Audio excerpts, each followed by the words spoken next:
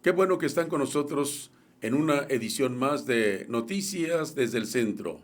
Me da muchísimo gusto saludarlos en nuestra edición del día de hoy, con la invitación cordial y atenta para que se queden con nosotros, para que estén bien informados. Hoy tenemos noticias internacionales, nacionales, locales, de algunos estados de la República Mexicana. Si están con nosotros, estarán bien informados. En esta ocasión, permítame saludar a mis amigos en todos los estados de la República Mexicana y más allá de nuestras fronteras. Y en esta ocasión envío saludos para mis amigos de la Fraternidad Internacional de Hombres de Negocios del Evangelio Completo.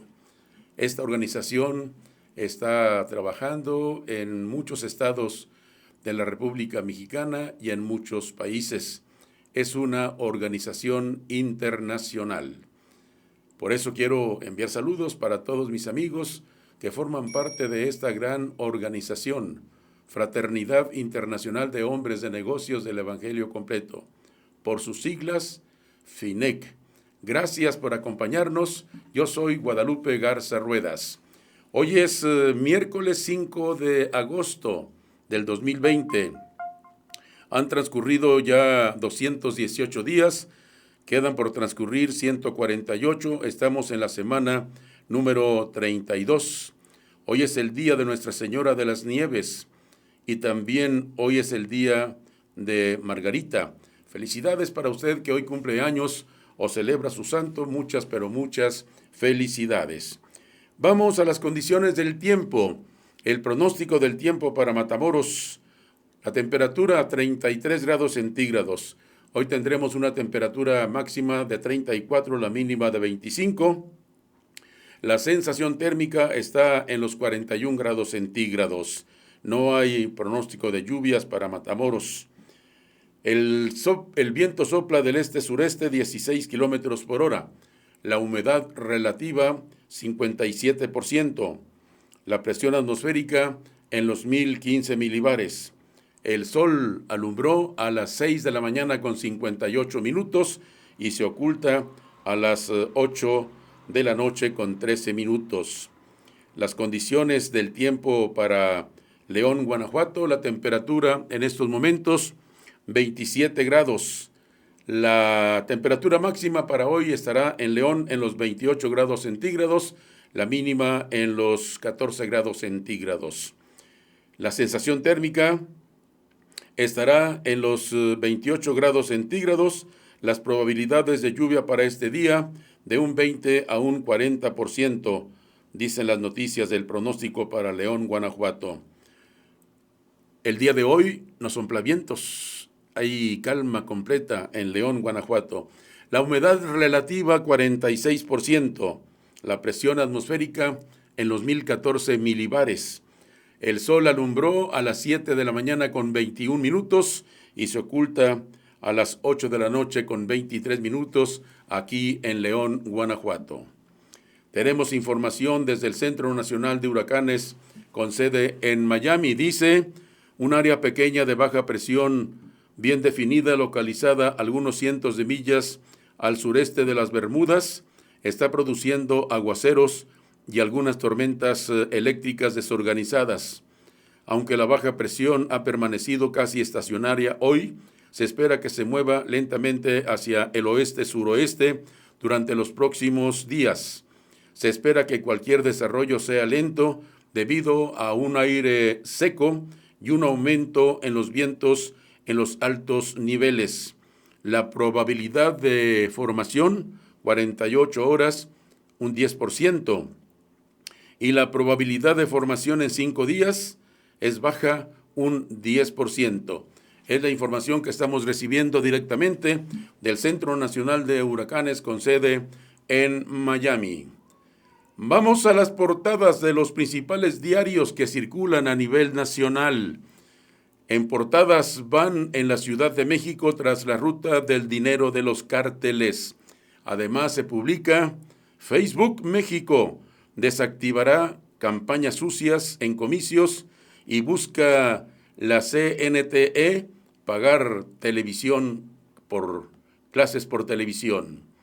Para frenar la actividad de los diversos cárteles locales que se dedican a la venta de drogas al menudeo, la extorsión, el secuestro y el cobro del derecho de piso, un grupo especial de la Fiscalía General de Justicia de la Ciudad de México, en coordinación y colaboración con la Unidad de Inteligencia Financiera, rastrearon diversas rutas que utilizan los cárteles chilangos para el blanqueo del efectivo. Destaca en sus páginas El Universal en uno de los temas de portada.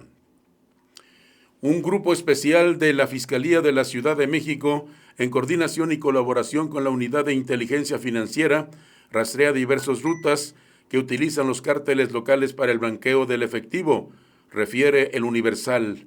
Así han descubierto que, por ejemplo, la Unión Tepito tiene desde casas de cambio, gasolineras, gimnasios, salones de belleza, lotes de venta de vehículos y hasta complejos habitacionales, mientras que el grupo antagónico, la Anti-Unión Tepito, cuenta con restaurantes, fondas, chelerías, bares y cantinas en Garibaldi.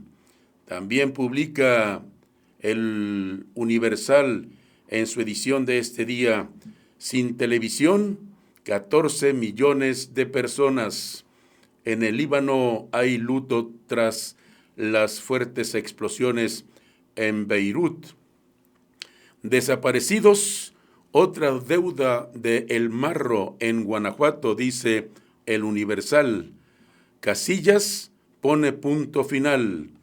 Y también publica El Universal: teatros se preparan para la nueva realidad. En las páginas de Milenio, Facebook México desactivará campañas sucias en comicios. A partir de este 5 de agosto, Facebook México implementará una serie de medidas para transparentar la contratación de propaganda y endurecer los controles a fin de evitar las campañas sucias en las elecciones, que incluye retirarlas. Publica Milenio. La red social, que en el país tiene 83 millones de usuarios, abundó que como parte de este plan precisará el origen de toda publicidad pagada con fines políticos y etiquetará a quienes compren espacios. También en Milenio se publica: la esposa de El Marro es la tesorera del cártel, mueve hasta 600 millones de pesos al año. Luis Cárdenas, el rescatista. Los museos están en terapia intensiva, informa Milenio en sus páginas de este día. Vamos a ver qué publica Reforma en su edición de este día 5 de agosto, miércoles. La Coordinadora Nacional de Trabajadores de la Educación no quiere que haya clases virtuales por televisión y apuestan a impartir cursos con fotocopias, destaca Reforma, después que la Secretaría de Educación Pública anunció la reactivación de clases virtuales a partir del 24 de agosto. El magisterio disidente rechazó este plan y anunció que impartirán un modelo educativo propio. Y también publica el día de hoy en sus páginas Reforma: negligencia mortal, esto es lo sucedido por allá en Beirut. Imputa ahora Tamaulipas sobornos de Lozoya al Partido Revolucionario Institucional. Y arrestan al expresidente Uribe de Colombia. Proponen suspender elecciones estatales, dice Reforma. Chocan Semarnat y Sader por herbicida. ¿Se acabó la corrupción? Una pregunta que le hicieron al presidente López Obrador. ¿Qué dice Excelsior? Colegios perderían 40% de los alumnos. La emergencia sanitaria presagia un mal escenario para el sistema educativo privado, refiere Excelsior. María Luisa Flores del Valle, presidenta de la Alianza para la Educación Superior, prevé que la matrícula caiga 40% en este nivel, lo que llevaría al cierre de algunos planteles. Y también Excelsior publica en sus páginas el día de hoy: perfilan una nueva reforma energética. Dice la Profeco, no pueden condicionar los exámenes. Estados Unidos retira gel hecho en México. Hay brotes en estancias, dice Excelsior en su edición del día de hoy. Vamos a ver qué publica La Jornada en su edición de este miércoles 5. Mediante drones se ubicó al marro, detalla La Sedena. Para la detención de José Antonio Yepes Ortiz El Marro, líder del cártel Santa Rosa de Lima, la Secretaría de la Defensa Nacional dispuso 260 efectivos en total y 2 helicópteros de la Fuerza Aérea Mexicana. Reseña La Jornada. En tanto que en busca de garantizar la seguridad después del operativo, se desplegaron 1,012 agentes federales y estatales, detalló ayer el secretario de la Defensa Nacional, Luis Crescencio Sandoval González. Y también La Jornada publica, la ONU dice, peligro de catástrofe generacional educativa originada por la pandemia. Los estallidos fueron escuchados en Chipre, esto es, está ubicado a 200 kilómetros de Beirut. Se afina plan para normalizar los servicios de salud, informa la Secretaría de Salubridad. Y por lo pronto, la Secretaría de Educación Pública dice protocolo sanitario para el examen de bachillerato. Esto es lo que publica La Jornada en su edición del día de hoy, miércoles. Y por otra parte, El Financiero pide Andrés Manuel López Obrador a reguladores privilegiar a Pemex y la Comisión Federal de Electricidad. El presidente de México, Andrés Manuel López Obrador, pidió a los organismos reguladores del sector energético alinearse a la nueva política del sector basada principalmente en el fortalecimiento de las dos compañías propiedad del Estado mexicano. Petróleos Mexicanos, Pemex y la Comisión Federal de Electricidad, destaca El Financiero.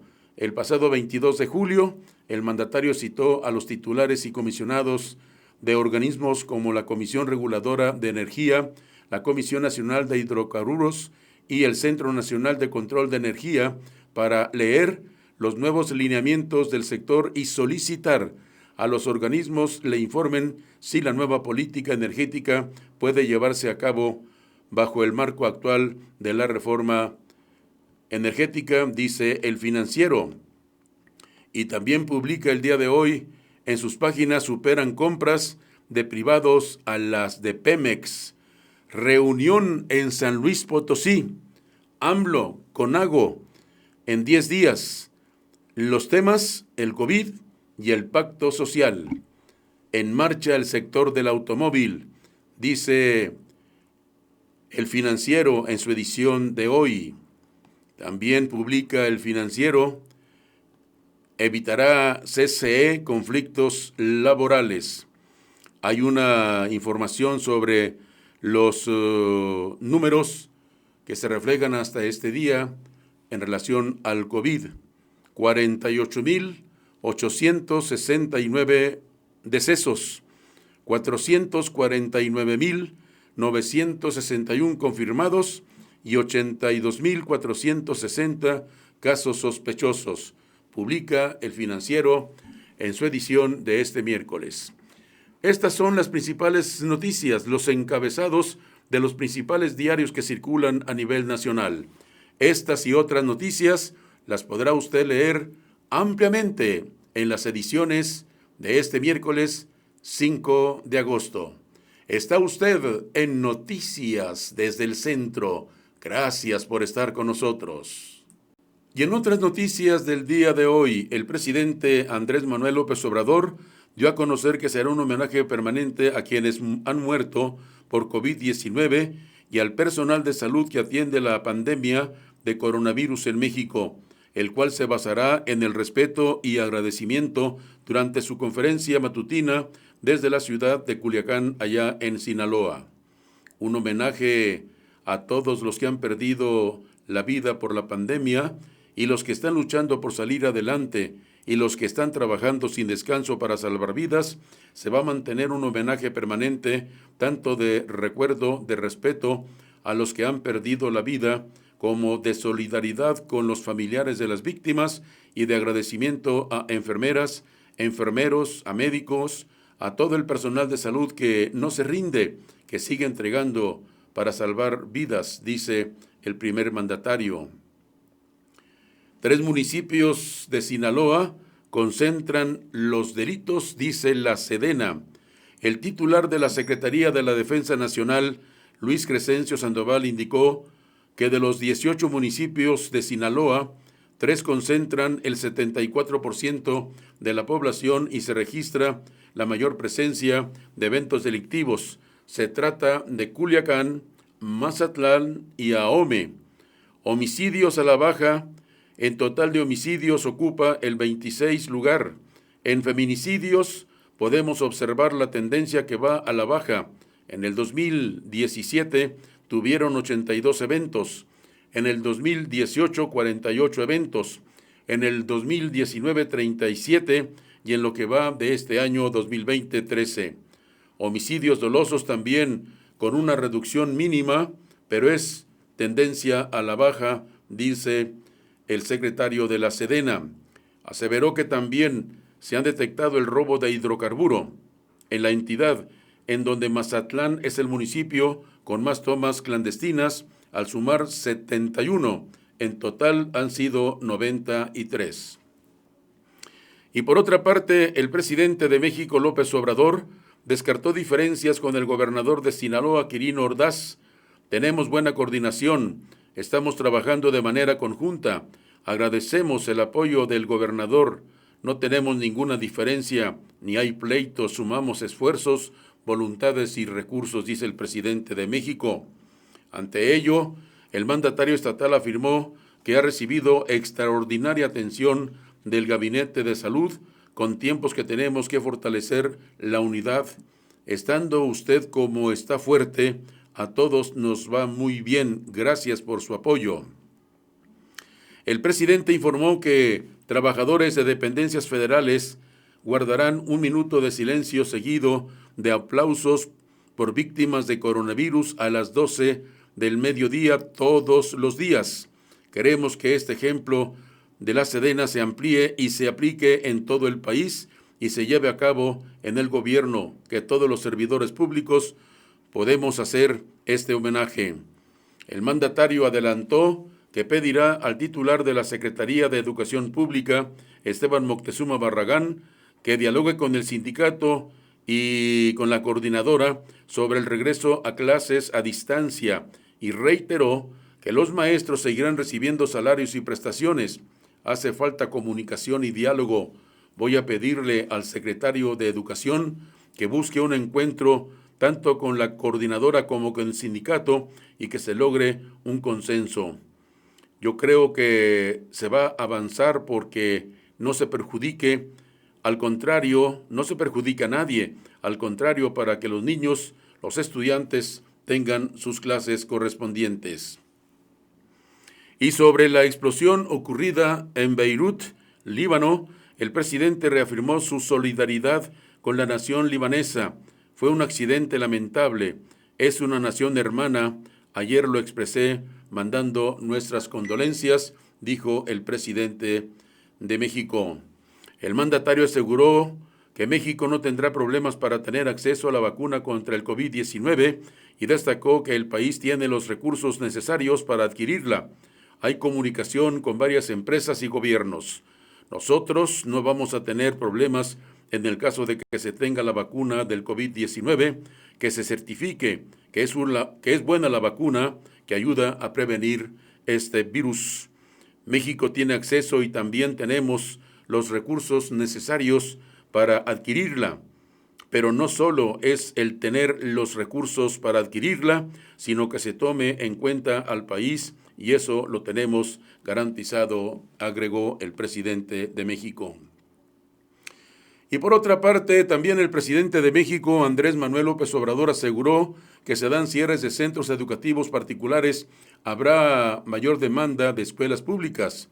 Es decir, que si cierran los centros educativos particulares, habrá más demanda en las escuelas públicas. Ante las afectaciones que han tenido las escuelas privadas a causa de la crisis económica generada por la pandemia de COVID-19, el presidente Andrés Manuel López Obrador ofreció ayudar a los centros educativos para evitar que cierren sus puertas. Vamos a ver los casos en donde podamos ayudar a las escuelas particulares, porque en efecto se están reflejando el que hay menos matrícula en las escuelas privadas, es decir, disminución de inscripciones en escuelas particulares, comentó López Obrador durante su conferencia de prensa matutina realizada en Sinaloa. De acuerdo con la Asociación Nacional de Escuelas Particulares, Asociación Nacional para el Fomento Educativo, de los 48,713 centros educativos privados en el país, 12,178 estarían en números rojos, es decir, el 25%. En México, además, se estima que 5.3 millones de alumnos acuden a escuelas privadas en las que laboran 485,188 maestros. De acuerdo con el presidente, el cierre de las escuelas particulares implicaría una mayor demanda de escuelas públicas, por lo que su gobierno prevé ofrecer el apoyo para que las escuelas, tanto particulares como del gobierno, se mantengan en número razonable. Este lunes, la Secretaría de Educación Pública anunció que el ciclo escolar 2021 iniciará el próximo 24 e indicó que será a distancia, mediante la transmisión de contenido educativo en la televisión pública y a través de 4 de las principales televisoras del país. No vamos a abandonar la educación y la salud. Tenemos que buscar la manera de resolver que se atienda toda la demanda educativa en lo que corresponde a la educación pública, ya que llegamos a un acuerdo con las televisoras, afirmó al respecto el presidente. Desde abril pasado, la Procuraduría Federal del Consumidor informó que mientras se mantenga la emergencia sanitaria a causa del COVID-19, las escuelas particulares sigan cerradas. El pago de colegiaturas debe ser conciliado entre las autoridades educativas y los padres de familia. No obstante, a causa de las afectaciones económicas que ha traído el COVID-19, estos centros educativos se han visto afectados.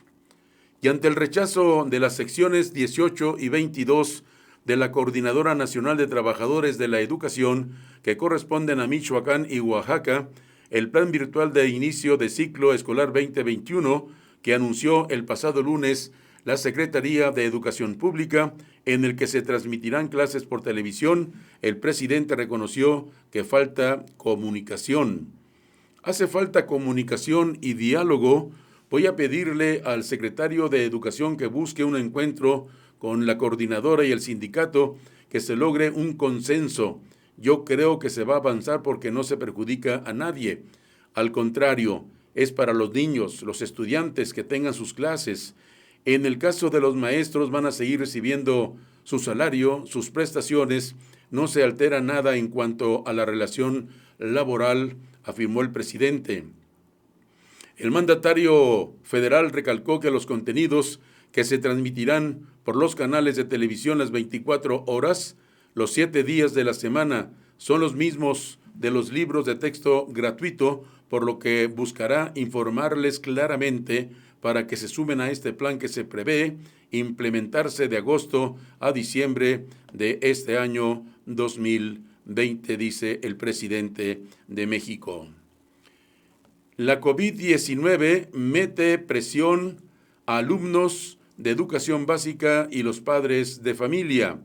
La noticia del regreso a clases virtual a partir del 24 de agosto preocupó un poco a Yasmín, madre de una adolescente en segundo de secundaria y una niña de cuarto año de primaria. Desde que empezó la pandemia de COVID-19, ha tenido que repartir su tiempo entre el trabajo, el asistir al despacho donde trabaja 2 veces por semana, las tareas del hogar, y se convierte en maestra de sus hijos. Para Yasmín y para especialistas en educación, el plan de inicio de ciclo escolar anunciado el lunes por la Secretaría de Educación Pública le faltan algunos detalles cruciales, entre ellos, cómo será el acompañamiento de los estudiantes, tomando en cuenta que muchos de los padres y madres de familia también comenzarán a retornar a sus trabajos y que los abuelos, al pertenecer a grupos vulnerables, no los pueden cuidar y no están capacitados para ayudarlos en su aprendizaje. Dice, mi hijo de secundaria toma las clases y hace los trabajos requeridos y yo llego a revisar únicamente. Pero existen materias como química, física, con las cuales francamente pues no puedo ayudarles, dice su mamá. Asegura Yasmín, de 34 años, respecto al aprendizaje del estudiante de secundaria. Yasmín dice, con mi hija es diferente, pues como va en primaria es más fácil que le pueda ayudar, pero ahora que debo ir 4 días de la semana a la oficina, por lo que estar atenta a la educación de sus hijos se vuelve muy complicado. El lunes, el secretario de Educación Pública, Esteban Moctezuma Barragán, dio a conocer que ante la persistencia de la pandemia por el COVID-19, los 30 millones de estudiantes de educación básica regresarán a clases por vía de televisión abierta, que transmitirán contenidos educativos en un acuerdo alcanzado por el gobierno federal con las 4 televisoras más importantes del país. Será la problemática de los padres y trabajadores. Moctezuma señaló que el fin de semana se presentará una propuesta para poder ver de qué manera se puede ayudar a las madres trabajadoras para que tengan más tiempo para ayudar a sus hijos en la educación. Está usted en Noticias desde el Centro. Información generada este día. Siga con nosotros. Y siguiendo con el mismo tema de la educación, la Universidad Nacional Autónoma de México prevé regreso a clases para septiembre, si el semáforo COVID es en verde, dice la universidad. La Universidad Nacional Autónoma de México espera que en el mes de septiembre pueda reanudar sus actividades presenciales, siempre y cuando el semáforo de riesgo COVID-19 cambie a verde. En un comunicado publicado hoy miércoles, la universidad informó que dado que el semáforo sanitario se encuentra en naranja en el Valle de México, el regreso a sus actividades presenciales no será cuando concluya el periodo vacacional, es decir, en agosto, como estaba contemplado inicialmente. Por ello, señaló que se mantienen vigentes las modificaciones al calendario escolar aprobadas por la Comisión de Trabajo Académico del Consejo Universitario, en las que establece el 21 de septiembre como fecha para regresar a las aulas. Esto siempre y cuando en dicha fecha el semáforo sanitario en la región correspondiente se encuentre en color verde. De no ser así, el inicio de actividades escolares será pospuesto y recalendarizado previa aprobación por las instancias colegiadas correspondientes, señaló. Por el momento se acordó que la universidad regrese a sus actividades no escolares en forma disminuida, gradual y diferenciada 10 días hábiles después de que el semáforo sanitario municipal o estatal se encuentre en amarillo. Para el regreso a las actividades no escolares, las instituciones de la universidad deberán cumplir, entre otros, los siguientes requisitos: establecer desde el inicio de la fase amarilla y previo a la reapertura todas las medidas de prevención establecidas, los lineamientos generales publicados en Gaceta de la Universidad desde el 22 de junio, determinar horarios de ingreso y salida escalonados para así evitar las horas de mayor confluencia de tráfico y transporte, establecer la forma en que el personal académico de tiempo completo y el personal administrativo regresarán a sus actividades, pues el aforo en las instalaciones no puede ser mayor al 30% de su capacidad.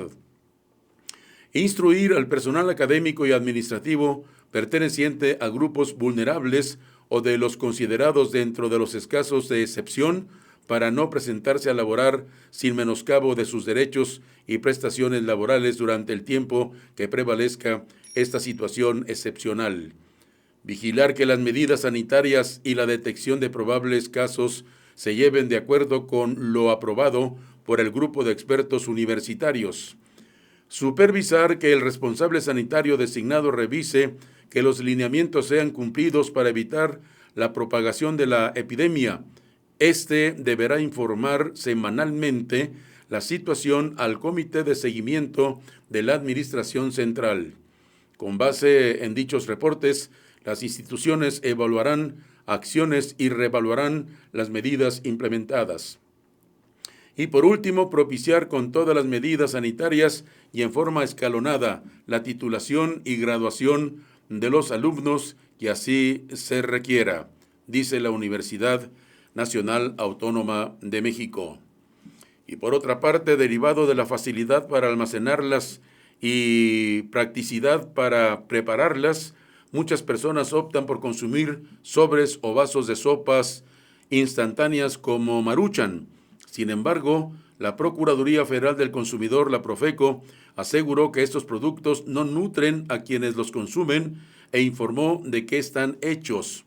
En la revista del Consumidor de agosto, el organismo que dirige Ricardo Sheffield Padilla analizó estos alimentos e indicó que contienen hidratos de carbono, cantidades variables de grasas y proteínas, un aporte energético que puede ir de las 29 a las 230 calorías por cada 100 décimos de producto y otros aditivos como el polémico glutamato monosódico, dice el director de Profeco.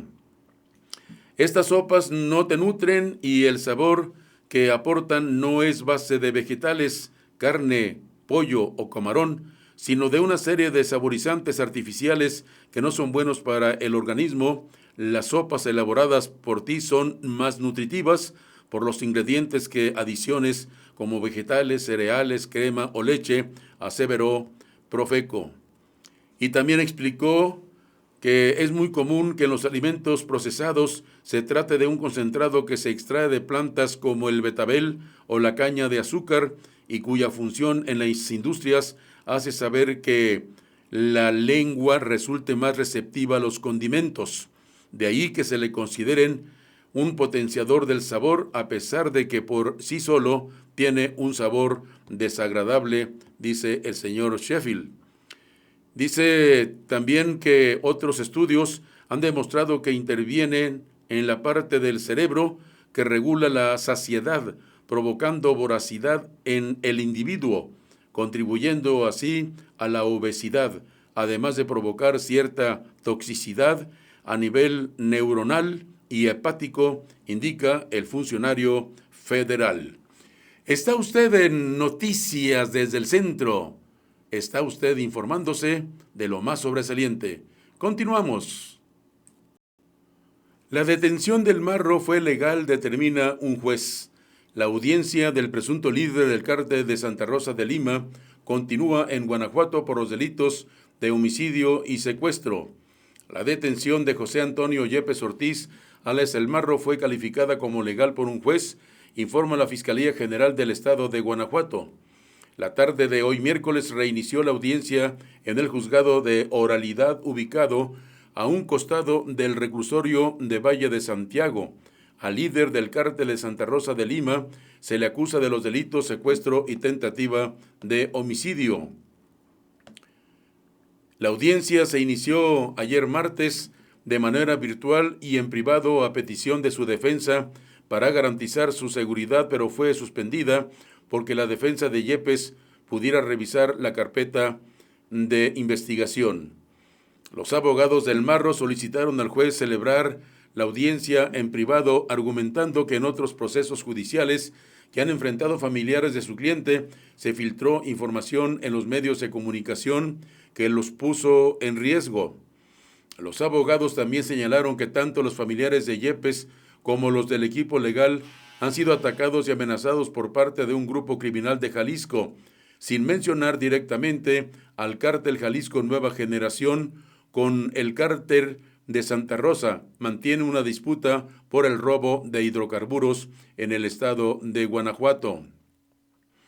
Además, José Antonio Yepes fueron presentados ante el juez otras 5 personas identificadas como Raúl Alberto N., Silvestre N., Saúl Sergio N., Guillermo N. y José Cruz N., detenidas en el mismo operativo del domingo y quienes son imputados por el delito de secuestro. Cuando concluyan las diligencias en Guanajuato, El Marro será trasladado al penal de máxima seguridad del Altiplano en el Estado de México para enfrentar cargos por delincuencia organizada y robo de hidrocarburos.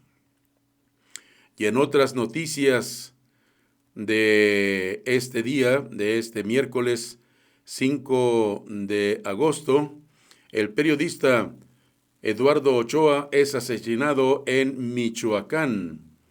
Un periodista murió tras ser atacado a balazos a salir de su casa, dijeron hoy miércoles autoridades locales en la segunda agresión a informadores en menos de una semana en el país, considerado uno de los más peligrosos por el ejercicio de la prensa en el mundo.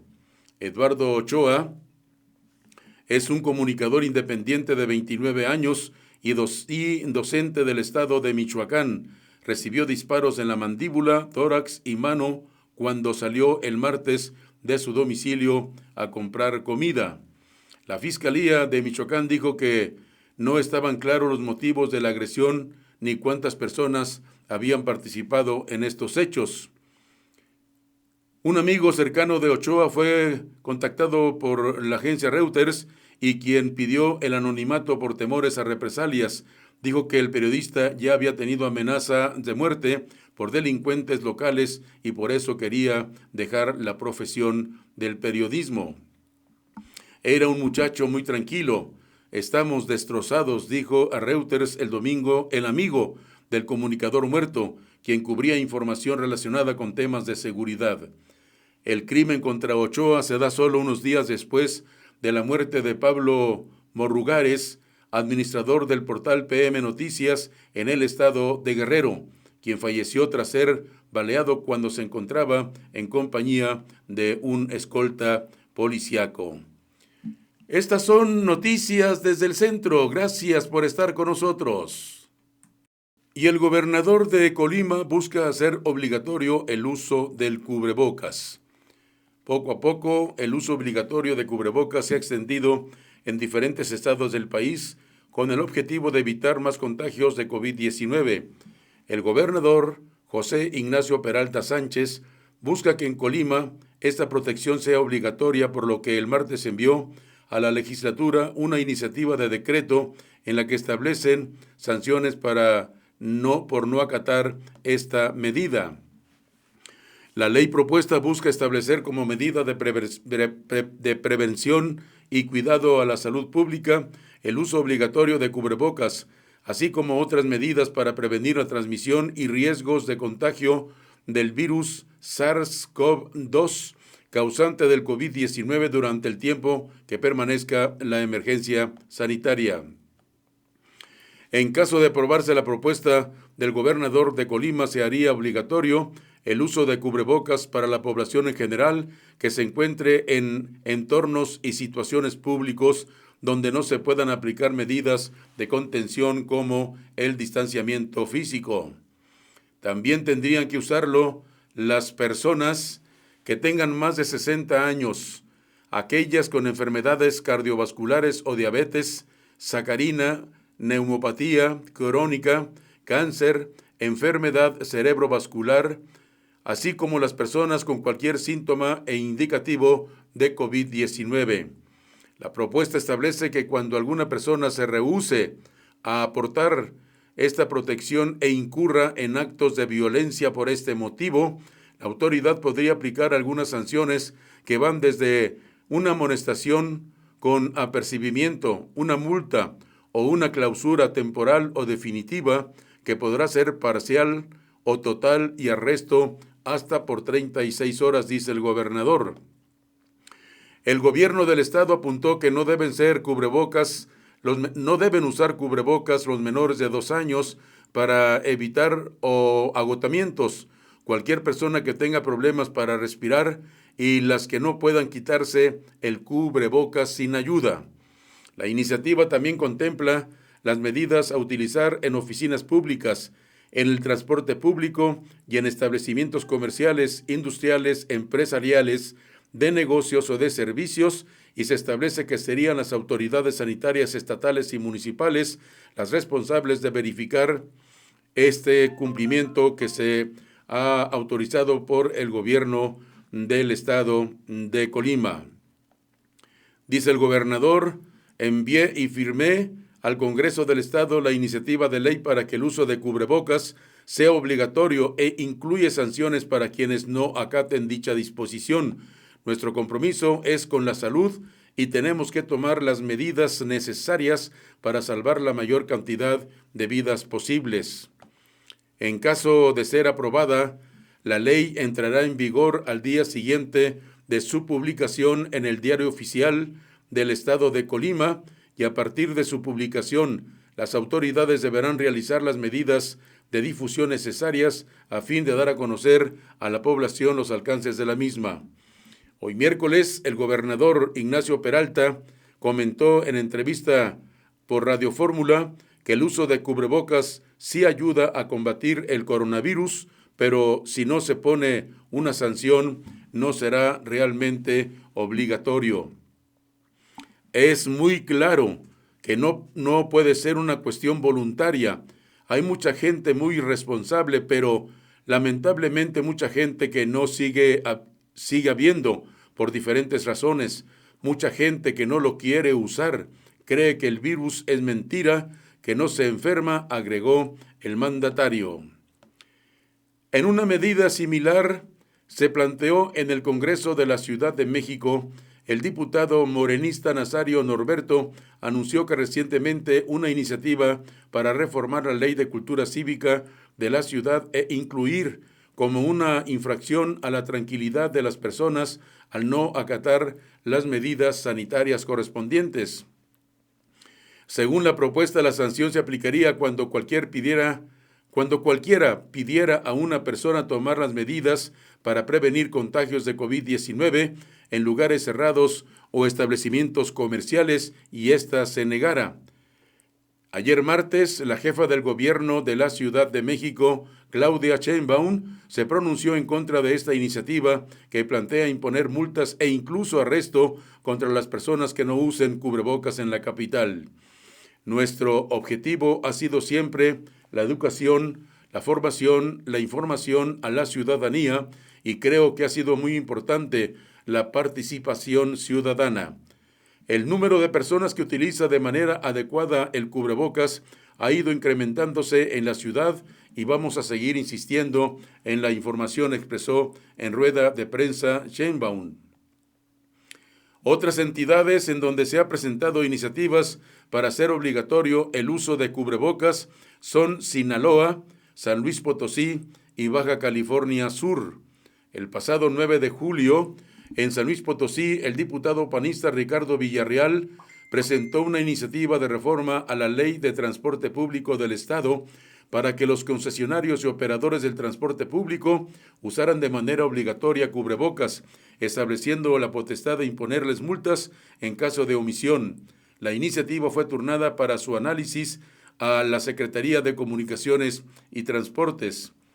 En Sinaloa, el 28 de julio, el partido sinaloense también presentó una propuesta con la que, además de hacer obligatorio el uso de cubrebocas, también se buscaba sancionar a todo aquel funcionario público que durante sus funciones omita cumplir con esta obligación. En el Congreso de Baja California Sur, el diputado sin partido Ramiro Ruiz Flores también propuso el pasado 28 de julio que en la entidad sea tipificado y sancionado como faltas de policía y buen gobierno el abstenerse de usar cubrebocas o mascarillas protectoras o cualquier dispositivo protector en vía pública o en lugares públicos cuando así lo dispongan las autoridades sanitarias competentes en el Estado. La propuesta fue turnada a las Comisiones Unidas de Salud y Familia y Asuntos Fiscales. Además de que se han presentado estas iniciativas locales, el pasado 15 de julio, los gobernadores de 11 estados del país, incluyendo Aguascalientes, se pronunciaron a favor de hacer obligatorio el uso de cubrebocas y legislar en la materia para que esta medida ayude a prevenir los contagios de COVID-19 en todas estas entidades federativas. Está usted en Noticias desde el Centro. Está usted bien informado. En la información generada hasta estos momentos en la localidad, aquí en León, Este miércoles los guanajuatenses amanecieron con el cambio de luz en el semáforo sanitario que pasó de rojo a naranja, con vigencia del 5 al 9 de agosto.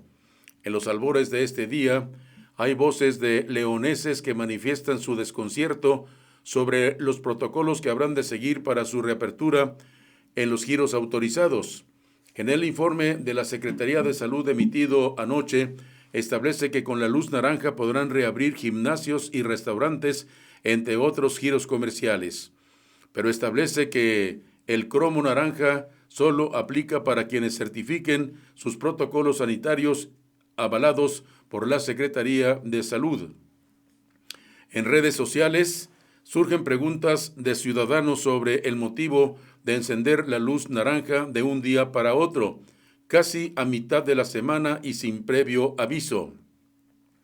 El secretario de Salud dice que el semáforo en naranja será para una semana e insistió que aún se está muy lejos del objetivo de erradicar los contagios. Por lo tanto, el compromiso para salir adelante tiene que venir de los ciudadanos, o de lo contrario, en una semana regresaría al color rojo. ¿Y qué significa esto? Bueno, que en Guanajuato se dice cambiamos el semáforo a naranja y se actualizará cada semana. Y dan la información correspondiente. Las actividades productivas se amplían con una sana distancia al interior. Los negocios que pueden abrir sus puertas, como fabricación, venta y distribución de insumos y artículos de papelería, material didáctico, editoriales, librerías, uniformes, mochilas, entre otros artículos escolares como dispositivos electrónicos, tabletas, computadoras y calculadoras.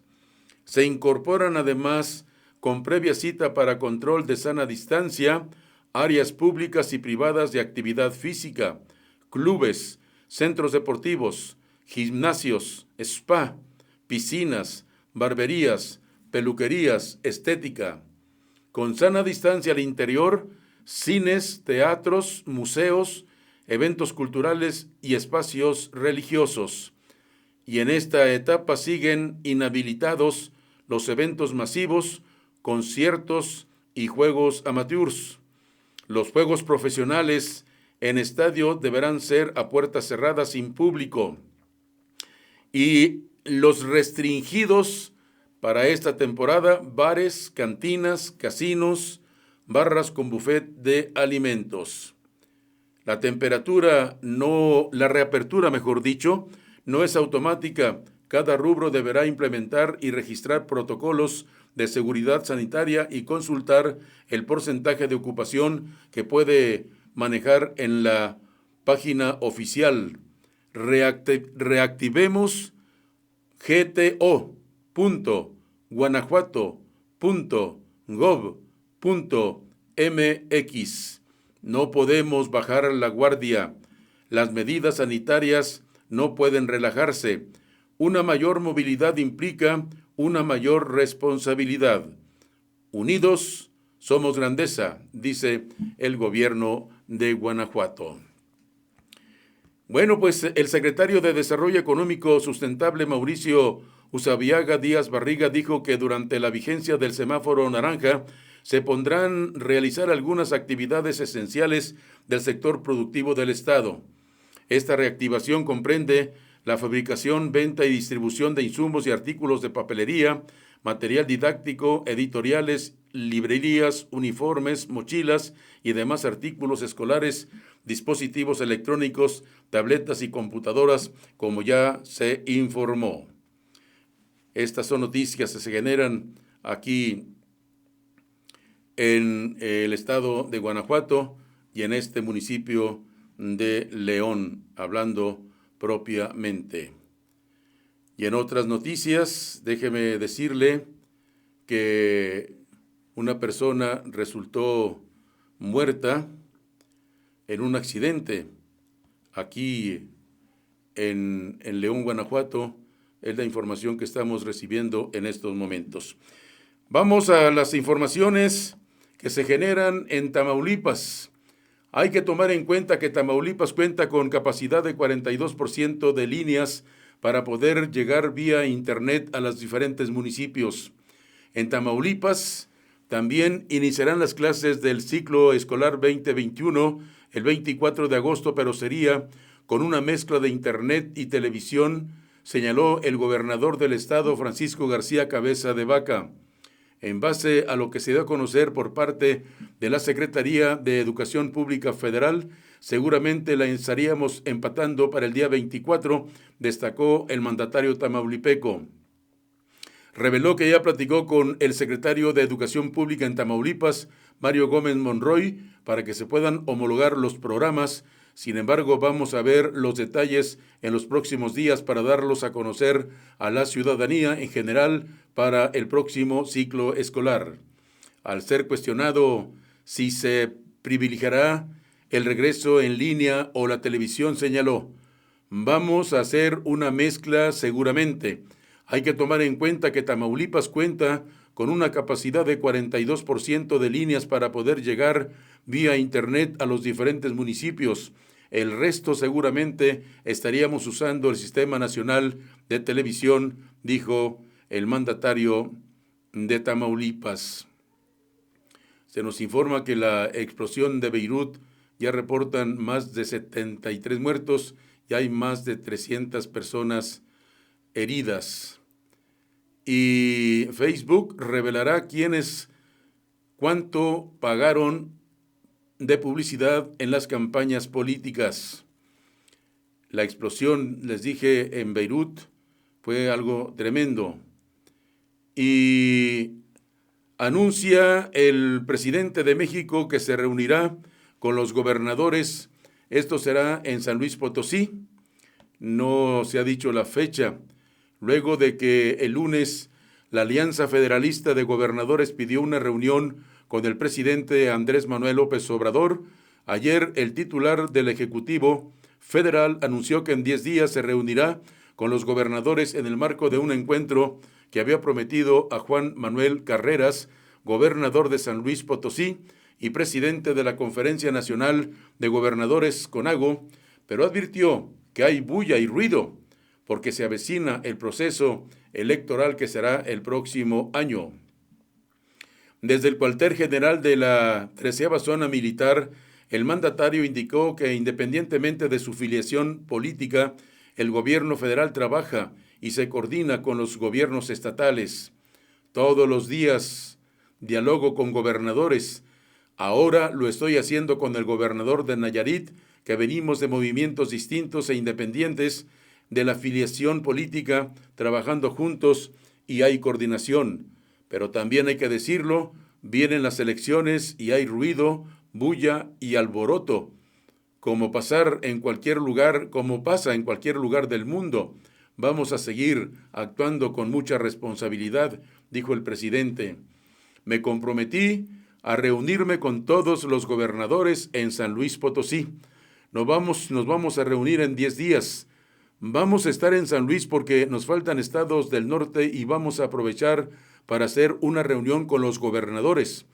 Los acabo de ver y acabo de platicar con ellos, con el gobernador de Jalisco, de Guanajuato y de Colima.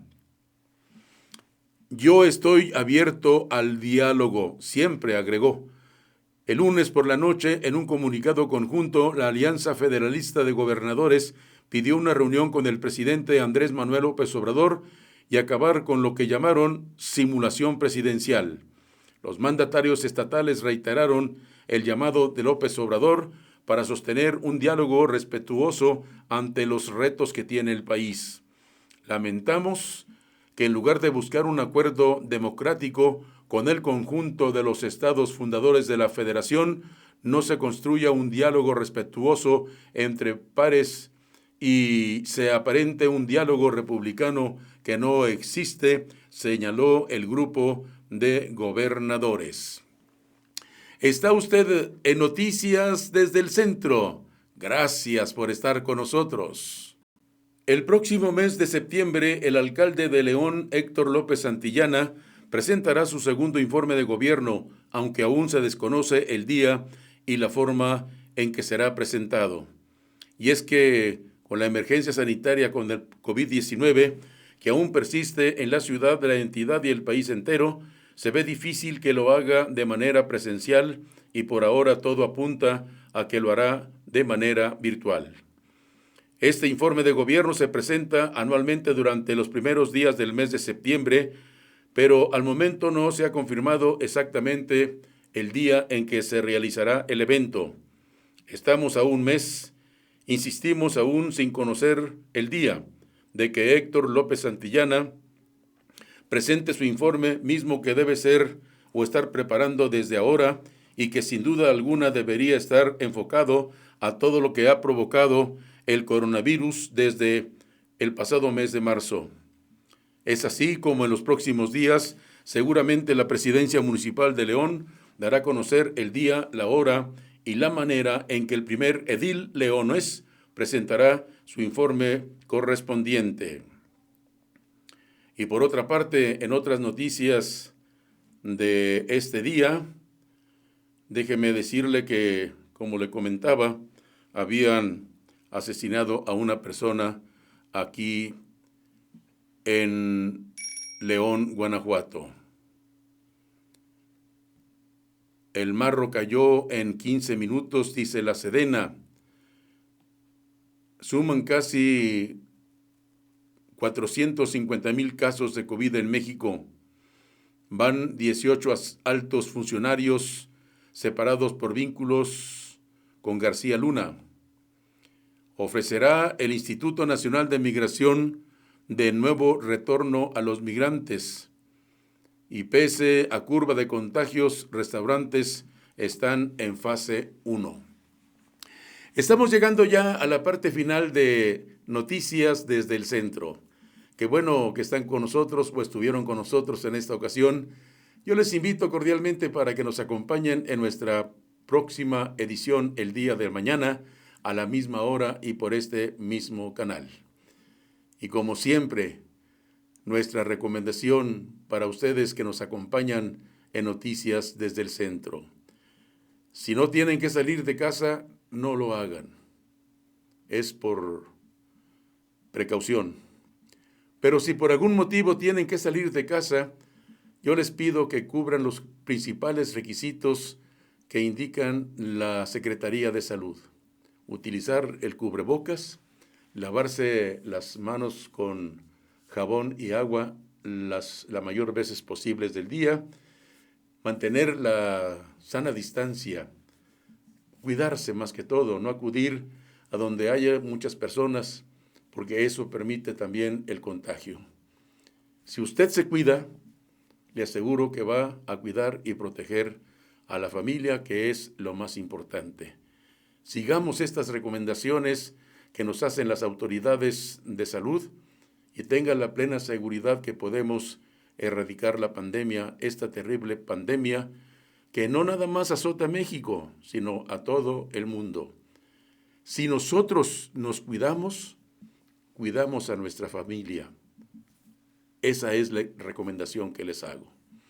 Muchas gracias por habernos acompañado en esta ocasión. Repito, los espero mañana a la misma hora y por este mismo canal. Les pongo a su disposición nuestras páginas, todas a nombre de Guadalupe Garza Ruedas. Muchas gracias. Estaremos pronto con ustedes en otras noticias desde el Centro.